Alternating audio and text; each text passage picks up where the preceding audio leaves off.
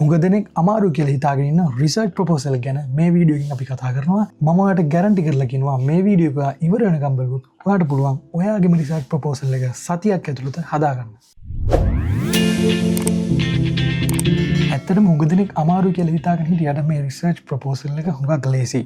ඉතින් අද අපි කතා කරමු මේ රිසර්ච් ප්‍රොපෝසල් එක මොන වගේ එකක්ද කියලා. දැන් මේ රිසර්ච් ප්‍රොපෝසල් එක ගැන කතා කරන්න අපට ඕන වෙනවා රිසර්ච් ප්‍රොපෝසල් එකක්. ඉතින් මම ඔයාලට පෙන්නන්නම් මගේ රිසර්ච් ප්‍රොපෝසල් එක. මේ ප්‍රොපෝසල් එක උදාහරණයකට අරගෙන අපි මේ වීඩියෝ එක පුරාටම දිගටම කතා කරමු රිසර්ච් ප්‍රොපෝසල් එක කොහොමද ස්ටෙප් බයි ස්ටෙප් හදාගන්නේ කියලා. ඉතින් මුලින්ම අපි කතා කරමු දැන් රිසර්ච් ප්‍රොපෝසල් එකක් කියන්නේ මොකද්ද? රිසර්ච් ප්‍රොපෝසල් එක කියන්නේ ඔයා රිසර්ච් එකක් නිර්මාණය කරන්න තමයි මේ සූදානම් වෙන්නේ. ඒ රිසර්ච් ප්‍රොපෝසල් එක ඇතුලේ තියෙන්නේ ඔයා රිසර්ච් එක ඇතුලේ කරන්න බලාපොරොත්තු වෙන දේ. ඇත්තටම රිසර්ච් ප්‍රොපෝසල් එක ඇතුලේ ලොකු පිටු සංඛ්‍යාවක් නැහැ. ඊටාම කුඩා පිටු සංඛ්‍යාවක් තමයි තියෙන්නේ. ඇත්තටම ඔයාලට බලා ගන්න පුළුවන් මගේ රිසර්ච් ප්‍රොපෝසල් එකේ පිටු 21ක් වගේ ප්‍රමාණයක් තමයි තියෙන්නේ. ඉතින් මීට වඩා රිසර්ච් ප්‍රොපෝසල් එකක පිටු ප්‍රමාණය වැඩි වෙන්න විදිහක් නැහැ. ඕනනම් පිටු දෙකක් තුනක් වැඩි වෙයි. ඒ වගේම වැඩිපුරම ගත්තොත් රිසර්ච් ප්‍රොපෝසල් එක මේ 21කට වඩා අපට අඩු ප්‍රමාණයක් ගන්නත් පුළුවන්. ඉතින් රිසර්ච් ප්‍රොපෝසල් එක කියන්නේ ඉතා කුඩා ඩොකියුමන්ට් එකක්. ඒ නිසා කිසිම කෙනෙක් මේකට බය වෙන්න අවශ්‍යතාවයක් නැහැ.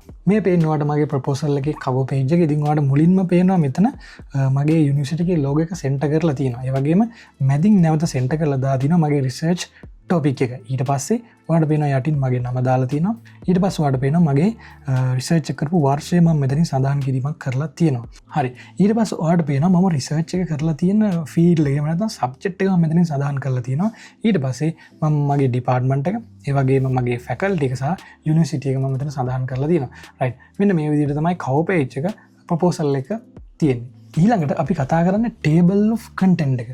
ටේබල් ඔෆ් කන්ටෙන්ට් එක කියන්නේ පටුන. දැන් මේ ඩොකියුමන්ට් එක ඉංග්‍රීසි වලින් තිබ්බා කියලා කිසිම කෙනෙක් බය වෙන්න අවශ්‍යතාවයක් නැහැ. මම මේ වීඩියෝ එකේ මේ ඉංග්‍රීසි වචන සිංහලට ට්‍රාන්ස්ලේට් කරලා තමයි කතා කරන්නේ. නිසා ඒකට බය වෙන්න ඕනක් නැහැ. ඉතින් මේ තමයි ටේබල් ඔෆ් කන්ටෙන්ට් එක. එහෙම නැත්නම් ප්‍රොපෝසල් එකේ පටුන. දැන් මේකේ තියෙන මාතෘකා දැන් ඔයාලට පේනවා මේක බලපුවම මාතෘකා 14ක් තියෙනවා. මේ මාතෘකා 14ට අදාළව කරුණු සාකච්ඡා කරන් ගියාට පස්සේ අපිට වෙන පිටු 21ක් අවසන් වෙලා තියෙනවා. දැන් මේකේ තියෙන පොයින්ට් ඊටාම සරලයි. මේවා ඊටාම ලේසියෙන් අපිට ඉවර කරගන්න පුළුවන්. අපි රෆ්ලි මේ ටේබල් ඔෆ් කන්ටෙන්ට් එහෙම නැත්නම් පටුනේ තියෙන එක කතා කරගෙන යන්න. දැන් මුලින්ම ඔයාලට පේනවා ඉන්ට්‍රොඩක්ෂන් එක, ඒ වගේම රිසර්ච් ප්‍රොබ්ලම් එක, ඒ වගේම ලිටරේචර් රිවිව් එක ඔයාලට පේනවා. ඊට පස්සේ significance of the study. දැන් significance කියන බය වෙන්න එපා. දැන් ඔයාගේ රිසර්ච් එකේ අවශ්‍යතාවය තමයි මෙතන කතා කරන්නේ. ඊට රිසර්ච් objectives. ඊට පස්සේ අපි කතා කරනවා රිසර්ච් question. ඊට පස්සේ රිසර්ච් methodology. ඔයාලට පේනවා දැන් රිසර්ච් methodology කියන්නේ පර්යේෂණ ක්‍රමවේදය. පර්යේෂණ ක්‍රමවේදය යටතේ ස්ටඩි ඒරියා එක, සාම්පල් එක, ඒ වගේම data collection, ඒ වගේම data analysis. දැන් data collection කියන්නේ දත්ත එකතු කිරීම, data analysis කියන්නේ දත්ත විශ්ලේෂණය. ඊට පස්සේ presentation of the findings. ඉතින්වා රිසර්ච් එකෙන් හොයාගන්න දේවල් කොහොමද ප්‍රසන්ට් කරන්නේ. ඊට පස්සේ research design එක. සමහරවල් research design එක හැම research ප්‍රොපෝසල් එකකටම අවශ්‍යතාවයක් වෙන්නේ නැහැ.